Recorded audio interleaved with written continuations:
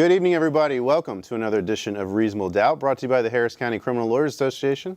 I'm your host, Jimmy Ardwan. I'm without my co-host this week. He is off watching this soccer game. I don't even know what that's about. Man United something? I don't know. I don't follow soccer, but that's where he is. So I'm flying solo tonight, but I got a great panel of guests with me. I got Ram Mintzer. Ram, thanks for joining us on the program. Good evening. Thank you. My pleasure. Absolutely. I also got Christopher Carlson, my cohort in crime earlier this year in a long federal trial, and Mark Metzger. Mark, thanks for joining us. Good to be here.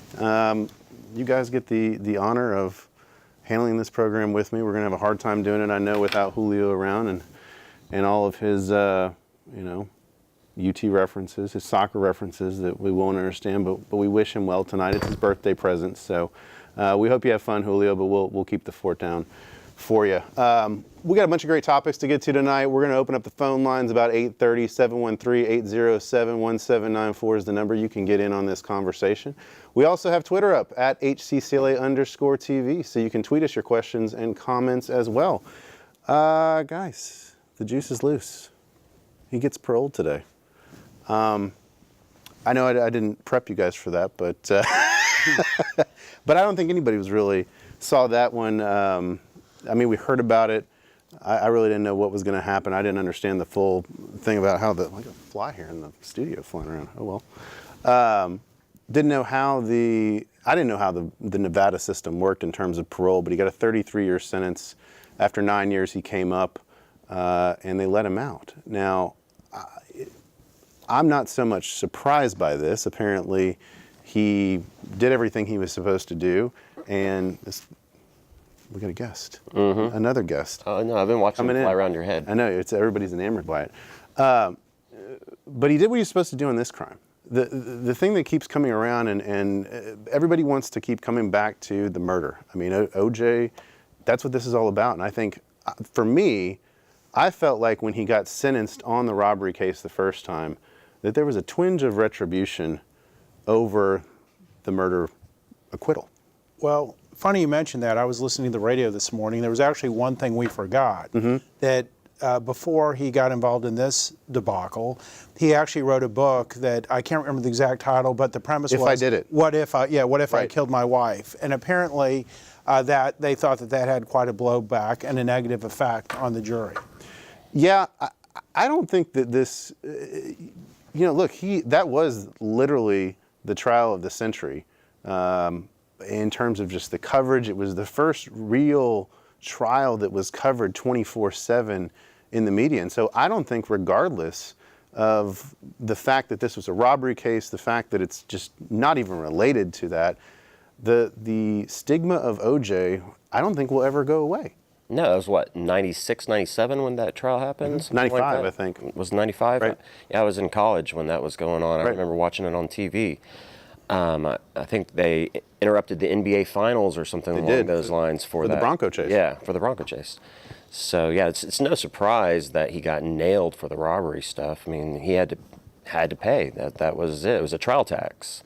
Yeah, so the other thing that strikes me about this that I try to always tell other lawyers, especially younger lawyers, is that this, from not just the Bronco chase and the trial and the civil case, but everything that happened after that, he is truly a case study of our justice system, in that you saw elements of everything. I mean, I don't know if you guys have watched the 30 for 30 on ESPN about the OJ trial. I mean, you look at what's happened and how it affected race relations following on the heels of Rodney King, and how a lot of people felt that they had an urban jury who was getting retribution for the verdict in Rodney King. I mean, there was so much around this, not just the fact that he was a pro football player charged with murder, but it happened in LA at the time when there was really bad race relations. And so you look at everything, and people want to throw that in there, but I also look at the trial itself and say, this was a textbook case of reasonable doubt. For everybody to study. It was a textbook case of reasonable doubt. And I think one thing that was interesting and most historic about it, because how many times does someone have the financial wherewithal to go toe-to-toe with the government in that type of case? And additionally, that was almost historic in the fact, when has an African American ever had that type of firepower to go toe-to-toe with the government and hold their own? Especially since, I mean, it's been almost an underlying, no one talks about it, but in the system, if you don't have finances to pay for your, and I think there's some great appointed attorneys, but to pay for your experts and everything you need, you're not going to do as well as those who are well-heeled. Well, I mean, for decades, and we've been carping on it on this show forever about our bail system. And the fact bond. that Absolutely. if you can't even afford to get out, your chances of being able to defend yourself go way down. And here is a guy that had the unlimited resources, basically, to fight the state on a murder charge. And so I just, you know, a lot of people are out there saying, why are we still talking about this guy? Why are we still talking about this case? I think it's also a good example of why in trial, at least in Texas, we are not allowed, or they are not allowed to talk about a defendant's prior criminal history, prior, you know, to that trial. This is exactly why, to avoid that assumption of guilt and the prejudice that comes along with it. And even recently with the new case law coming down this year, where the states can start, something as simple as misdemeanor DWI, you know, your second offense, they can talk about usually it wasn't until felony, because obviously we're in felony for a reason, but now it's even trickled down to the misdemeanor. And there are a lot of great cases for trial that people are just taking guilty pleas and they're taking convictions because they're afraid if the jury's going to hear about the first one, they're naturally going to think I did the second. And, you know, I've got a lot of cases like that on dock, and I think this is a clear example of the harm that obviously, you know, in a big case like this, you can't, you know, get around that. But, well, and OJ's such the outlier or anomaly, if you will, because a lot of ways to correct perhaps a high publicity case is to transfer the venue, right? If you got a locally high publicity case, you're worried about a tainted jury pool, you transfer the case. I mean, where the hell is OJ going to go that nobody knows about his background? Yeah, he can't. Absolutely. There was no place to go. No. Yeah. No, so I mean, there's a district up in Alaska somewhere yeah, up at the Arctic Circle. where they don't have television. I mean, for all the fanfare this got, it is going to be even more of a spectacle when he's actually released in October. I'm sure we'll talk about that, and you know, I'm interested to see what happens. There was somebody posted and said, leading up to this, that Vegas was taking odds on whether or not he would be released. And I said, well, hell, I don't want odds on that, because that looks like a pretty foregone conclusion. I want odds about whether or not he's going to violate the terms of his parole, you know, and see what those odds are. I don't know. Because right after the verdict where he was acquitted, he basically he was very much under the radar. I believe he has 3 retirements. Right. Any money he makes above and beyond that goes to the victims for the civil case. The Goldmans. So I just think that he will pretty much he'll be playing golf here and there and just kind of living out his last days quietly. He should. That's what he should do. All right, enough about OJ. Let's talk about our Attorney General for a little bit here. What a week. You know, I thought we had really seen the worst of him with the, you know, everything he had done up to this point, and then now this asset forfeiture deal comes out, where he wants to roll back all the Obama and Holder memos and legislation curtailing asset forfeiture without a criminal conviction. Unbeknownst to me, that we were going to have this whole storm today about Trump saying he wouldn't hire him and all that, but that has nothing to do with what I want to talk about, which is this asset forfeiture memo that came out. Essentially, Jeff Sessions wants to curtail and roll back all the executive memorandums that came out under Obama and his AG Holder, which said you cannot take people's assets if you don't have a criminal case pending. Now that upset a lot of local DAs and police departments, because they relied upon the seizure of those funds in order to pay for a lot of things. And margarita parties, for example. Exactly. I mean, those are important, right? They boost morale.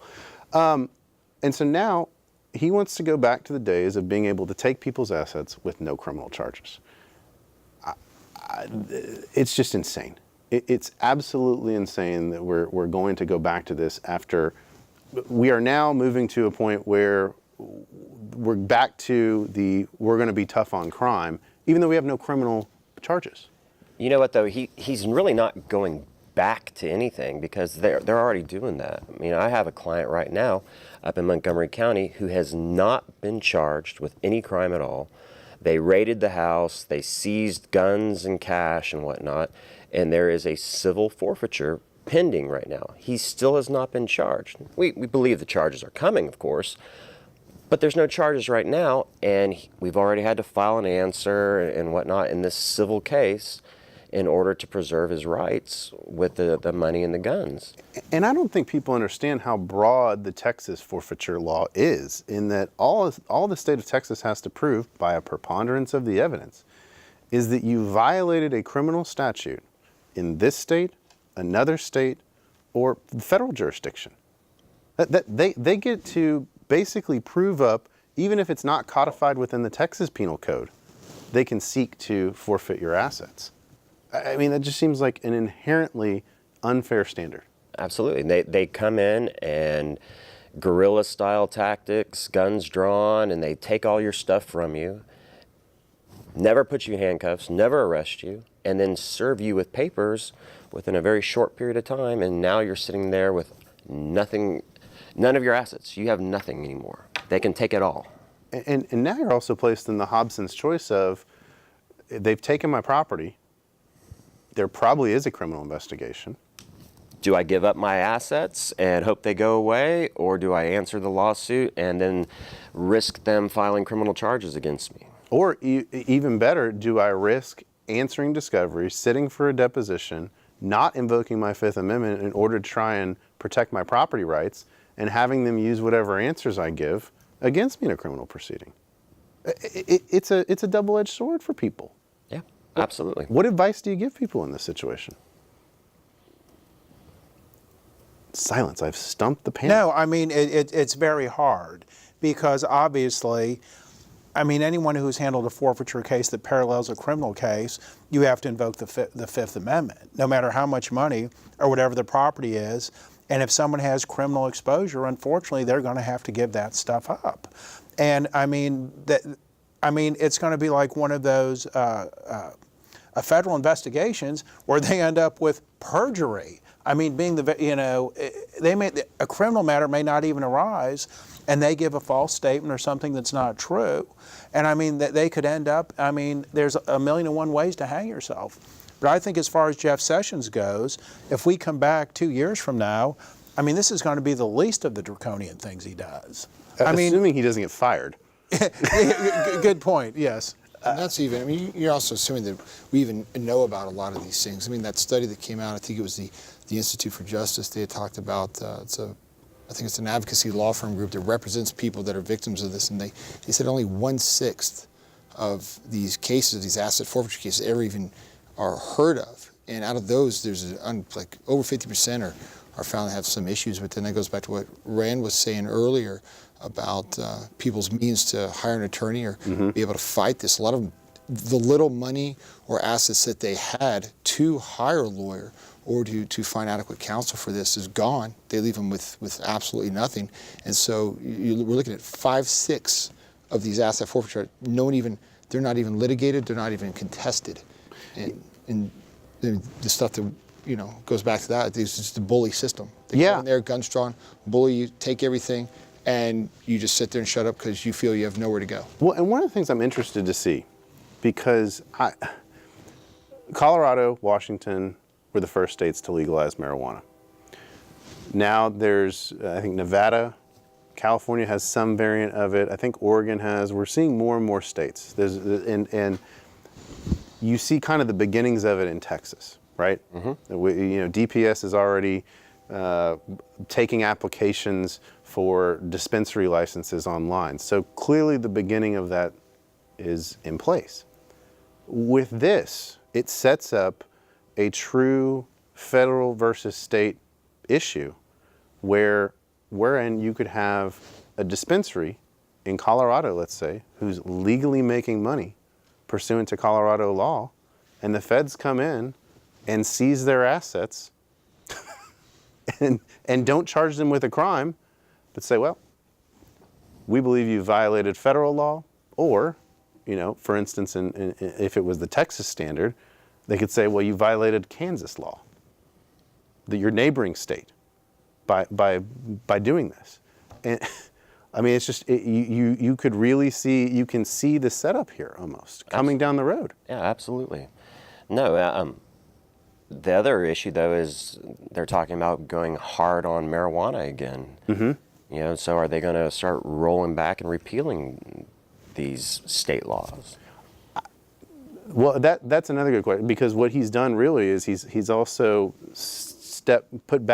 instituted we're going to charge the highest crime possible in the federal system. He's basically issued that memo. I want you to find the highest crime possible. Mandatory minimums, don't go below it unless there's good reason. And even then, I mean, he's really coming back to, as you called it, Rand, this draconian system that we saw that put a bunch of people in prison for crack cocaine in the 80s. And what did he compare it to? He just gave a speech where he was discussing marijuana, and I think he compared it to heroin or the opioid crisis, right, or something like that, something that was just an incredible jump. Yeah, and what I saw this past week with the roundup of these healthcare fraud, although it was labeled an opioid raid, mm-hmm, it was a healthcare fraud, with the opioid moniker on it, because that's their new war on drugs. They basically use the healthcare fraud task force, strike force that they have set up to go after these pain management clinics, these home health care agencies that are dispensing the opioids, that are dispensing all the prescription medications, and that's become their new war on drugs. Is really the dispensing of opioids now. It's an interesting dynamic, because to me it is what didn't happen with and I saw some people predicting that this may be the next wave, and Rand, you may be able to speak on this because I think you have some experience in the plaintiffs world, but this may be the next fight for plaintiffs lawyers in going after drug manufacturers too, a la what they did with the tobacco companies. Except for when they were going after tobacco, everyone missed under the radar that the food industry was working out all types of deals where they would basically be exempted from this type of lawsuit. And if you notice, of all the things that Trump is talking about, they always try to tack on to some of this legislation is, especially with healthcare, is medical malpractice and tort reform. Right. So I think it's not going to be much of a stretch, and I have not read any of these laws that take away coverage from 20, 30, up to 100 million people, depending on what it is, but I'm sure somewhere in there it has some type of limitation for pharmaceuticals. Limitation of liability, if not complete exemption. Probably. I just don't know. This is the word. We actually had somebody, when I first started hosting this show, somebody called in and said, well, we've heard about citizens arrest, and it always stuck with me. What about citizens asset forfeiture? And I said, no such thing exists. You can't really do it. But you can. You can. It's called theft. Exactly. Exactly. But I mean, the interesting thing here is, what's the real difference? What's the real difference between what they're trying to do here, and if you just went and took somebody's stuff and you got accused by theft? Well, the difference is you got the G label? Well, they have the legal right to do it. That's the difference. Because they got a memo from this guy. Yeah, they've got the legal right to come in and seize all of your stuff. It's ridiculous. And there's no standard for it. They believe that it is the proceeds of or used in the commission of, boom, gone. They get to seize it. And now you have to fight to get it back. And you're in that Hobson's choice of, do I actually fight for it, or do I, hedge my bets and protect myself from a criminal case that may or may not come? Well, I mean, and I haven't done a Harris County one for a long time, but it used to be that you could settle a Harris County forfeiture case for $2,500. That was just their number. Was $2,500. No matter how much money was taken or otherwise, $2,500, settle. Now you don't have to ask any questions. You don't have to do any discovery. You'll get $2,500 back. Did you take your $2,500 or do you fight it?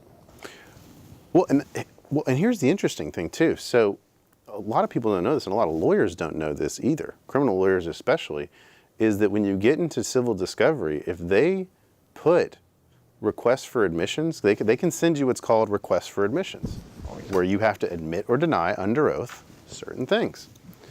Well, guess what? You cannot plead the Fifth on those. The courts of appeals in Texas have ruled that you do not have the right to invoke a Fifth Amendment on requests for admissions that are sent out. So in a forfeiture case like this, you have to admit or deny to the very people who are going to investigate you for a crime. Or they're going to deem the admissions, and you're going to be Right. But could you, in this, I haven't done civil work in a while, but years ago, and this is probably when they were riding horses up to the courthouse, but couldn't you put cannot Unable. admit or deny Without therefore sufficient deny? information? Yes. Yes, you could. Yes. You could. Did they do away with that yet? Or? No, they haven't. Okay. They have not done away with that. But it's an interesting dynamic, because even just in a car wreck case, if you also have a simultaneous DWI investigation in a car wreck case, you have to answer your request for admissions. You can't plead the Fifth to them. It's a real quirk in the law. And there's one thing that we all have kind of glossed over, but the truth of the matter is, on these type of cases, you have a very hard time getting competent representation. You do. I mean, how many of us, when they say, hey, we have a forfeiture that goes with this, and like, hey, I'm not interested in that at all, but call, and we have like 2 or 3 people we call, but there's no one who is trying to get, or no one who wants these cases. They're worse than workers' compensation cases. Well, again, I think it goes back to the fact that if you don't have the money, look, they've seized all your assets, right? So if you've now paid a lawyer to help you on the criminal case, there's not a whole lot of people a whole lot of civil lawyers who are going to take a forfeiture case on a contingent fee. That's not really going to happen. And are you going to really be able to afford to pay that lawyer by the hour to fight the civil case?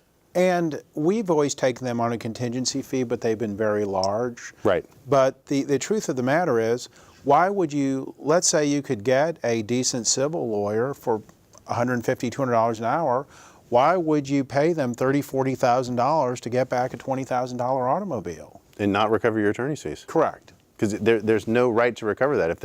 If eventually the state is found to have wrongly seized your assets, oops, our bad. We get out of it, our mistake. They don't owe you your attorney's fees, your costs, nothing. It's just, you don't even get an apology letter. No, it is a segment of aggrieved people that are tragically underrepresented. Well, one of the things we didn't Yeah. talk about, though, is their motivation for seizing these assets. Their motivation is not necessarily to punish someone. They get to keep that money. Mm-hmm. Yeah. They get to spend it how they want. New guns, new cars, new bulletproof vests, Body margarita party. Right. Yeah, there's some states that they had talked about where it's an incentive. They let the law enforcement officers actually keep the cash. That was a point that I saw that was very interesting. And they said that they labeled out the states. This Institute for Justice, they have like a map, and it's got all the states that have I think there's only one state that has an A rating, which is Arizona. I think in Arizona, they're not going to touch your stuff, period. Everyone else has D. I think Texas is a D+. I'm surprised it was that high. I said and that's where they go into this. It's now what Chris says. It's a profit motive scheme now. How much can we get? And that's it's unfortunate for most of the states. I think there's 13 states that you have to have a conviction to have the forfeiture, but Texas ain't one of them. So much for the presumption of innocence. And how many times have you had a case where your client was pulled over and they said, oh, I had $2,500 cash on them, and then you go check the property log and there's $500 cash? Mm-hmm. Yeah, well, that went into the police officer's retirement fund. or no, the cash seized, Or their dinner fund. The cash seized because a lot of the criminal defendants, at least in my practice, some of them don't have bank accounts. A lot of people carry cash because they do old school under the mattress. They don't trust banks. But when they're seized with that cash, that's their rent money, that's their expenses, that's their savings. But not only is it seized, but it was used in the furtherance of the criminal enterprise, They caught the kid with 2 grams of weed, but the $15,000 that his parents had saved in the next bedroom, they take that and say, oh, that's the profits from his massive, drug empire. And it's absolutely ridiculous. And so now you have to deal with that in an offense report, deal with that if it goes to trial. And, sometimes they'll use that to show, oh, there's also a distribution network, or there's some type of, in a few cases, it's caused an enhancement in the charge. Yeah. Not baggies, not scales, just a lot of money. He's a dealer. Right. And we have to deal with that. Like I said, so much for the presumption of innocence. I mean, this is some tough stuff to deal with.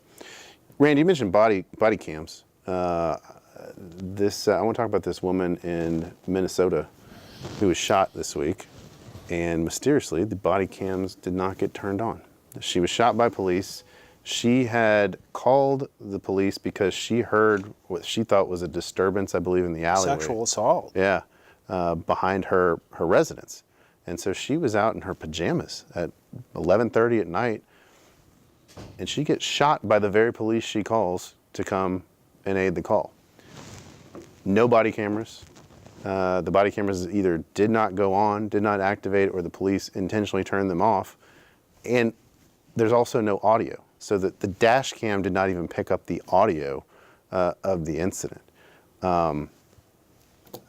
Yet again, now, obviously, the difference here with a lot of the police shootings that we've talked about in this case and that we've seen in the news, it's a white, blonde-haired, blue-eyed woman.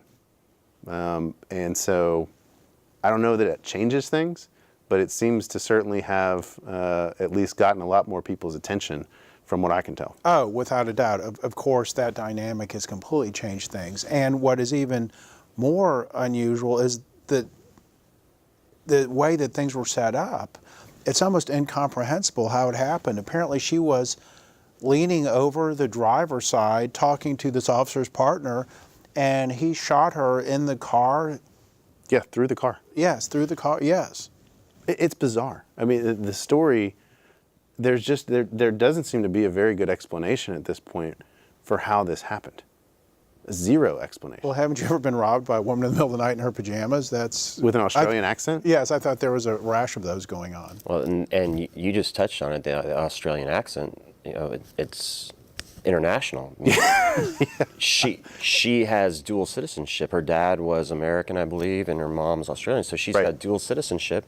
Australia has some of the toughest gun laws known to mankind. I don't think that they even have guns. They don't. There.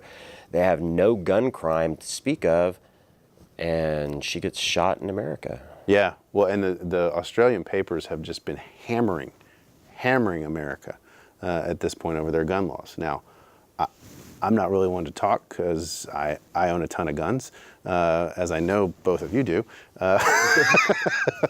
Making sure. But yeah, right, making sure you didn't come in.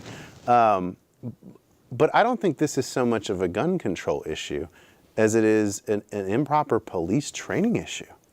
If you have to think about just from tactics and how police officers are trained, and I go back to my military experience in the Marine Corps, the first thing you have is target identification.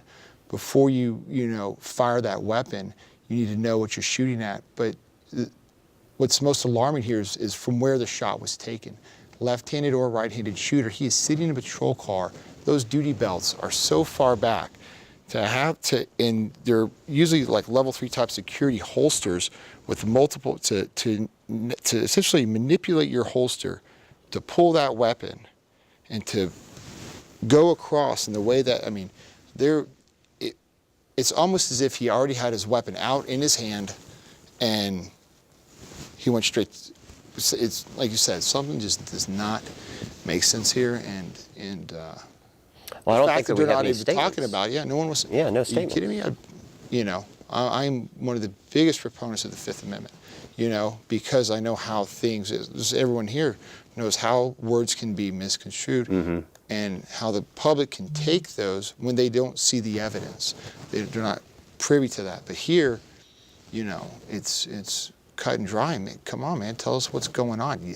Before something bad happens, because it's coming. Well, and you touched on it, Mark. I mean, just with the the way this guy did it, I mean, he fires across his partner through the driver's side window. I mean, it's just such poor judgment. If it's an accident, then it's an accident. But we need to come out and say this was a horrible accident. Yeah. This was a mistaken judgment, because that, I'd hate to think, and I honestly don't think there's a police officer on duty that woke up that morning and said, I'm going to go out there and kill a white girl tonight, and any way I can. Obviously, that be very difficult to believe. But if you don't come out and say, you fall on your sword, I screwed up, we're going to have this whole gender, this whole race, this whole religion, conspiracy theories going on. They're already talking about, I think I saw an article with him, said something about some, what was it, some type of African, Somali police unit organization thing, and they're going into this guy's background, and they're going to try to link him to some type of, fundamentalist group or faith-based group that now he's, anti-white, and that's just not the case. I think this was just a foobar, but hey, come on with it, because if not, it's going to get bad. Well, and I'm going to break for just a minute and let y'all know we're opening up the phone lines. We've reached the halfway point of the program. 713-807-17 is the 94 is the number. If you want to jump in and talk with Mark, Chris, Rand, or myself, call us up. But I hear what you're saying, but to me, you look at, for instance, Philando Castile, same state, Minnesota. Okay, we talked about that. The video that came out, the officer was acquitted in that trial recently, and you watch the video, and I'm with you, Mark. I don't think that officer, and nor do I think the officer in this situation, set out with the mindset, I'm going to go kill this person that night. It's clear when you look at the video, and there we had a dash cam video to look at. I mean, the officer, whether it was trumped up or not, I don't know, but it certainly seemed like a genuine reaction that I saw of, oh my God, I can't believe I just did this. But it also, you see how quickly he was just to pull the trigger. And it's like, I understand they're put in a real difficult position. Late at night, you don't know what's going on. I mean, I'm sure we all would be in a similar state of mind, but I mean, it just seems to me that the fundamental problem is a lack of training with controlling your reaction to some of this stuff. Well, it's incomprehensible that it happened when you are just given the basic storyline that she called about an assault, a sexual assault. They're there to help a woman who may or may not have been sexually assaulted. I thought she was calling in another attack. Whatever it may be, either but way, it's a woman that was attacked. Yeah. Or could have been. And now you have this woman in her pajamas, and you shoot her? Do you think that she assaulted someone? What? I don't understand. It's completely incomprehensible. You might not be looking for your suspect could be anybody, but your victim, statistically in your mind, is going to be a female. And you see a female dressed that way, you automatically think victim, not assailant. Perpetrator. Big crazy me coming up, Yeah. smashing the glass. And not only that, but the other thing is, why would you, if you believe she was truly a victim, and it's unclear to me whether the window was down or whether it was up and he actually shot through the glass, but if it's down, why would you let that person, if they were suspicious in the first place, approach your car? That's where it gets back to what is the training that's going on here? I mean, clearly she wasn't a threat that you didn't feel threatened to have her approach the car and begin a conversation with her. So many variables, so many issues that we don't know, that no one knows, and no one's talking. There's no statements from the officers. There's no investigation reports right now. So there's so many unknowns that it's all guess.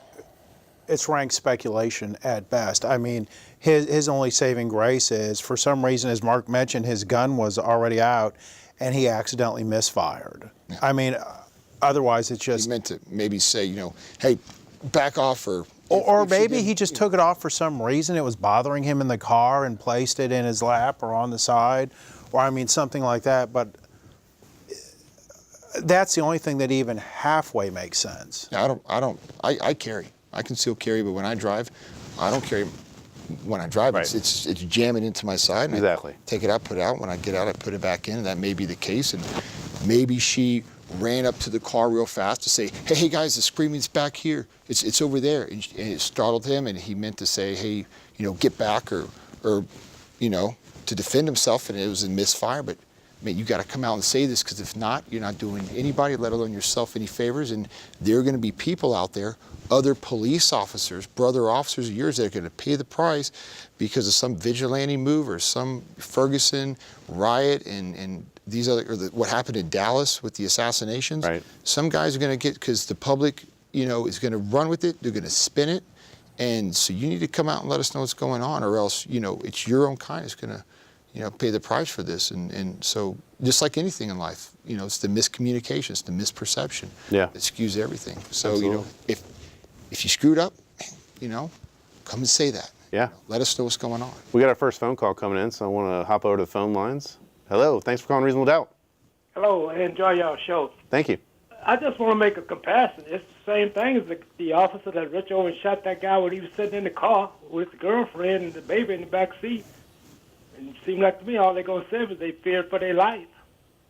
Yep, that's what we were just talking about. That, I mean, it's absolutely the same thing. I mean, it's and thanks for the call, by the way. Okay. It is. Look, I get it. I mean, I understand it's a high stress job. You're out there, but this was.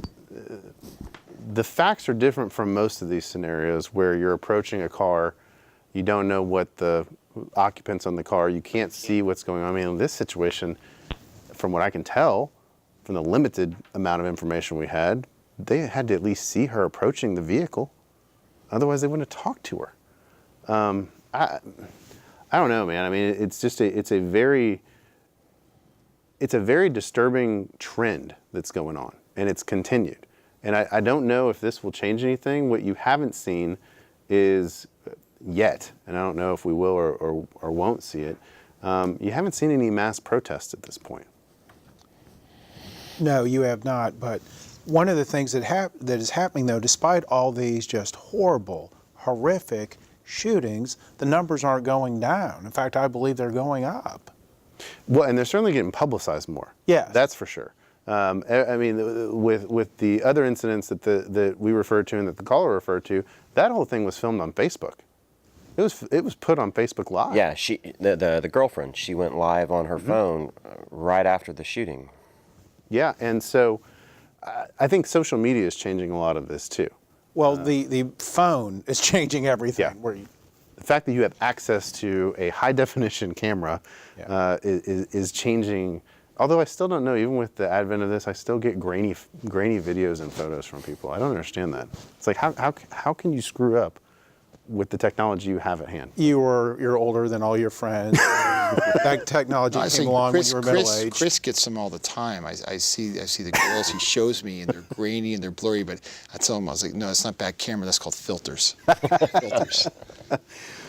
Well, look, I hope we get some more information on this. I'd like to be able to talk about this with more information and not just speculation.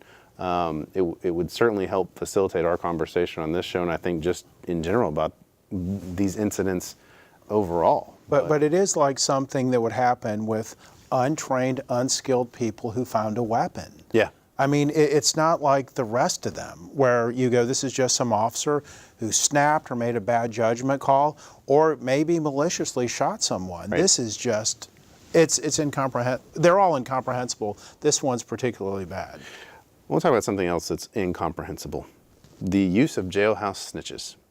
I think we've probably all had a case where one has been used, and it seems like each time the stories just get more and more outlandish of what they're willing to testify to. The state of Texas has now tried to pass some legislation to limit the use of jailhouse snitches. I don't know that this legislation is necessarily going to end that practice, though. I think there's just still too much incentive for prosecutors to use it, despite the legislature's desire. I think the problem is that the courts have never really slapped prosecutors' hands for doing this, for using jailhouse snitches. Well, look how unreliable the largest cause of false convictions, eyewitness testimony, faulty eyewitness testimony. And they've really done nothing to address this problem, and this is only a fraction of that. But no, unfortunately, it's sometimes you need to, the mentality is, take what you have, whether it's, regardless of what it is, if it helps get the ball across the line.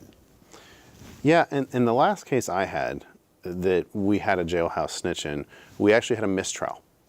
And the jailhouse snitch, while he was on the witness list for the mistrial, for the original trial that was that we had, the court ruled there was a mistrial because of failure to turn over some evidence. We go to the second trial. He's still on the witness list, but 2 days before trial, the government hands over the statements that they didn't hand over in the first trial. So, The statements they didn't have in the first trial. Correct. Oh, I'll go out and say it. Exactly. Sue me. I mean that's the thing. It just they go in and they find witnesses who will say whatever. These guys have such a motive to get out, to say whatever. And we all cross-examine snitches, but jailhouse snitches are the worst. Well, you're dealing with a witness that they will call a liar in one case, and then a truth sayer in the next case. Yeah. Well, which is he? It's bizarre, and this is the same prosecutor that will put him away and then use them the next day. Mm-hmm. How did he somehow become so credible? That's the amazing thing to me. I mean, they will get up there, they will prop these guys up, and they will say, well, you're just not credible. So here's what we're gonna deal with you this first time, And so, assuming they try to do a plea bargain, and in the federal system, they debrief with these guys, unlike the state system. And the state system, I think there's how we can kind of work out to let the audience kind of know some of these differences. In the state system, they don't really have kind of the proffer session before a trial to kind of figure out what's going on. I mean, it's a pure jailhouse snitch where it is a guy on the inside who may send a letter to a prosecutor saying, hey, I got information, trying to work a deal off. And by comparison, typically what happens in a federal case, at least the scenarios I've seen, you may have some of that where, an inmate writes to a prosecutor or an agent and says, I have information on so-and-so, but more often than not, what happens is when everybody's in pretrial detention awaiting the trial, when everybody's trying to cut deals, all of a sudden somebody will say, oh, well, I remember so-and-so, number 5 on the indictment, he told me this when we were in the cell block together. And so, but at its core, this is just nothing but bought and paid for testimony. And that's why, I mean, even if I have a problem with this, the basic fundamental of the name, of the label. Like, there's a lot of people who don't think that we should call our clients defendants. And I've never said defendant in trial. I always say, this is John, or this is Rachel. I mean, I've even had the state object to me calling them by their first name, which is that's a whole nother thing right there. But you're not a witness. You didn't witness. You're an overhearer or something. But just how a lot of people, the late Judge Sandy Bilstein in Fort Bend County Court 4, he never allowed anyone to call the defendant a defendant. It was the citizen accused, because he thought defendant is in of itself damning. You're not a defendant, you're the citizen accused. Just like here, when I think a jury, someone hears, this is a witness, it doesn't have to be an eyewitness or a fact witness, but the name witness, I mean, even before we start talking about the issue of this, I mean, I just have a problem with them being, it's almost like I want to object to them because it's not a witness. That is someone you paid off to lie. And who cares what they heard? Yeah. It's how did they hear it, in what subject, what context? None of that matters to these prosecutors. They just take black and white, phrases and automatically use that as evidence of guilt, which is I mean, I called one a puppet in trial one time, and I almost got threatened to be held in contempt because I refused. I called him, so you're just their puppet. Mr. Metzger? What bothers me the most is, sure, we get the ability to cross-examine as the defense lawyer. We can cross-examine their plea agreement, what deal they cut, if they're getting money in exchange for their testimony, because some of them do get paid as undercovers or something. So we get the ability to cross-examine them on those things, okay? What I really have a fundamental problem with, and I liken it to, for instance, an expert situation, okay? Experts in the criminal system get away with far more than they do in the civil system, obviously. But, at least with an expert, the court at least has to make the determination on the reliability of the testimony, right? There is no such determination by the court on the reliability of these guys' testimonies that's been bought and paid for before they let the jury hear it. It's just, it goes to, the courts just basically say, well, that's for the jury to decide whether they're credible. Well, you're trying to equate that to scientific bought and paid for testimony. Yeah. Where these people, they consider them just another fact witness. But what bothers me the most is what lengths the state will go to, in some cases, to hide what the actual deal is. Oh, absolutely. Where literally you need to, it's almost like playing Battleship to ask the right question to figure out what their compensation is or what the deal is, or for those of us who have even represented someone who has cooperated with the state, what great lengths they will go to bury what the actual deal is. Like, we're not promising you anything, but. Yeah. But I mean, I get back to the reliability thing, because all the state or the government has to do is basically get up there and talk about in jury selection itself and say, well, you're going to hear from some witnesses who have done this, that, or the other, and we don't choose our witnesses, and they'll come back to that in closing. We don't get to choose our witnesses. Well, yeah, you do. You chose this person. You gave them a deal. You gave them remuneration for their testimony. You did choose them. Which goes to what Rand was saying, is they're not going to tell us. They try to hide it. They even lie about it in some trials I've been a part of, where they did this on their own. There was no compensation paid, and after the trial we find out that prosecutor cut the check, was part of the reason checks were cut.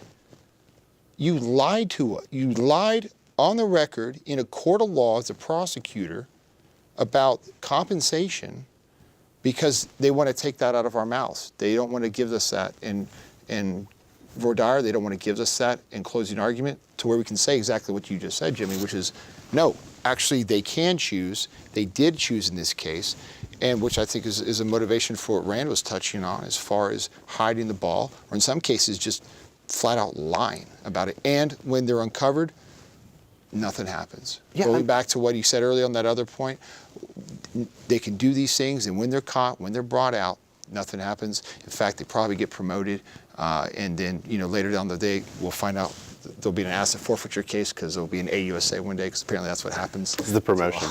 Well, I mean, so this law requires them to, quote, keep thorough records of their jailhouse informants that they use, the nature of their testimony, the benefits they received, and all their criminal history, and the information must be disclosed to defense lawyers. Okay? Great. That's all this legislation does. That, to me, again, it doesn't change the fact that the courts are not going to, and have not done anything, to hammer these people for not having done that. Well, what are your benefits received?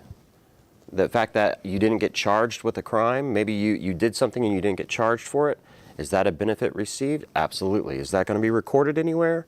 No. No one's going to write that down. No one's going to say, I didn't charge him for. Yeah. They're not going to do that. Yeah. So you'll never have an idea of how many times this witness has received benefits for their testimony. Right. I mean, what are you going to do if he's working a case or helping them out, and he's continually putting himself in situations where he's violating are they going to record every time he violates the terms of his cooperation deal or whatever, and puts himself in a situation where he could have gotten arrested again, like you said, and they choose and say, oh no, don't arrest that guy. He's our help. We can't have him dirtied up on it. Or I've had them where they've been charged, as a first degree, and well, maybe we'll knock it down to a third by the time we come around to getting rid of your case. Yeah. And you'll never find that out. No. I don't think this law is actually going to change anything. And I really don't. But think about this. Michael Morton, which was supposed to be, really help us level the field, when they violate Michael Morton, what happens to them? Unless it's just super egregious and it ends up in an appellate opinion, nothing happens. Don't do that again. Some disciplinary training, maybe an extra class, a memo. Maybe a memo to the file. Because all of us It doesn't make it to the file. all of us have been in trial in the last year where evidence has been referred to or mentioned, or a hearing, a motion to suppress, or a PSI, where it's the first time we heard that evidence. Yeah. I had that issue on Tuesday morning in Harris County. I almost had to Brady myself. I'm like, do you guys know about this stuff? They're like, you sure you want to go to trial? Like, and blank faces, they legitimately, I was like, well, I'm going to Brady you kinda so you can Brady me back on this stuff that there's no reason why you shouldn't have this. And I think it was because there was a prior prosecutor, the ball was dropped, they hid something, the new guy didn't find out about it, he was like, and I guess they didn't think we keep good files or something. As that prosecutor, probably it was not in that court anymore because guess what? Promoted up. So. Yeah, exactly. And we know that, on both the defense side and on the same side as the prosecutors, there's people who, some dig with a bulldozer to find out what's going on, and some are out there with their little bucket and shovel just barely scraping what's going on.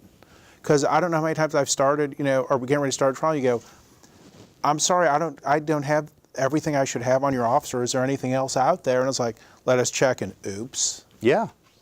That's exactly what happened in that trial where I had the mistrial and they brought the jailhouse snitch in. Yeah. Is when we had the mistrial, we're sitting there reading offense reports and we discover, hey, wait, there's interview tapes that they're referring to in these just recently produced, addendums. We never got these.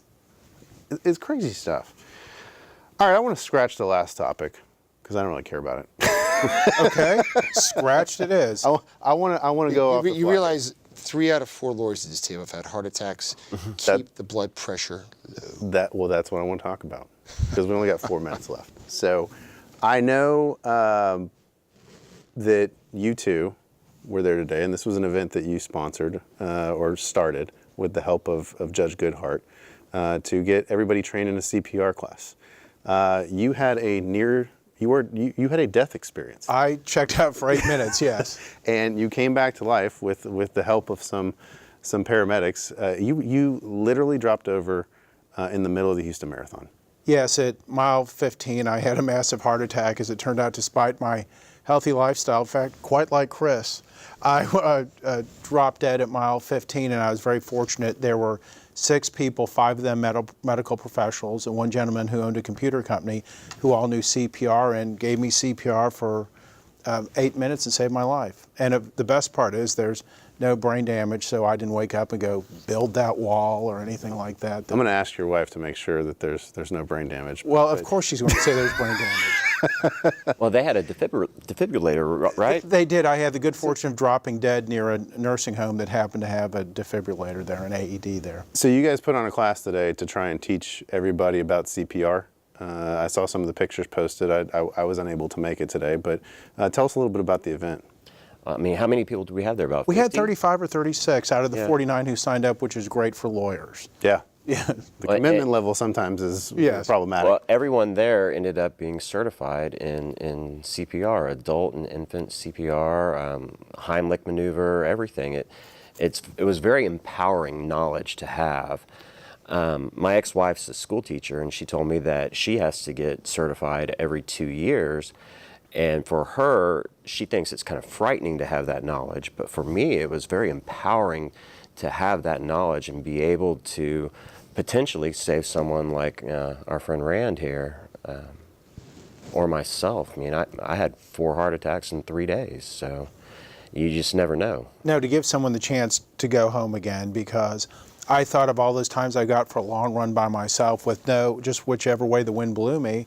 And apparently with the pre-existing problems I had that I was unaware of, I could have dropped dead anywhere and been alone and died a very lonely, sad, pathetic death. But fortunately, there were 6 people there who went through the training who responded immediately. I mean, the scary thing is we're all in a high stress job. You know, we talked about the stress situation that the cops may be under, but you know, I think a lot of our stress is self-inflicted every day because we just put so much on ourselves between dealing with our clients, wanting to get the right result. We're in an antagonistic system, and then we're also trying to balance a family life as well. But the scary thing for me is, like with you, Rand, I mean, you're one of the healthiest guys I know. I thought I was one of the healthiest guys I knew as well. I mean, I was a long distance runner. I was a vegan. I've been really taking care of myself my whole adult life. And I went to the doctor regularly. You all know how neurotic I am. You have a good idea. So believe me, it was a bigger shock. It was a bigger shock to me than it was to anyone else. Do you think it has anything to do with the profession, or is it just a genetic thing? What do you think? I think it's predominantly genetics, but I think it's also, I got rid of 2 big cases. One, the trial started the Tuesday after Thanksgiving, and the other one was a terrible case involving a child that died, 15,000 pages of CPS records, and it was just a PSI hearing that was incredibly stressful. So I think that certainly exacerbated poor genetics. Well, I'm glad all 3 of y'all are still with us and could come on this program. I mean, I think what you did today with the CPR program, huge. I mean, I really wish I could have been there, because I remember taking the CPR class before my first child was born, and like you said, it was very impactful. So. Well, you can hopefully. Big props to you guys. This one's called the first annual. Hopefully, you can make the second one. Hope so. That's all the time we have for tonight, ladies and gentlemen. It's been a quick hour, but I appreciate Mark Metzger, Chris Carlson, and Rand Mintzer joining me tonight. Guys, Thank you. Have to have you back on the program. Oh, my pleasure. We will be back next week, ladies and gentlemen, with an all-new episode. Julio will be back. At least that's what he represents to me, unless he has a little bit of a hangover from tonight's soccer game. But we will see you next week. Please go check out our Facebook page and follow us on Twitter for the latest updates, the news stories, and what the topics for next week's show will be. For Jimmy Ardwan, myself, for Julio, who is not here, for all my guests, good night, ladies and gentlemen.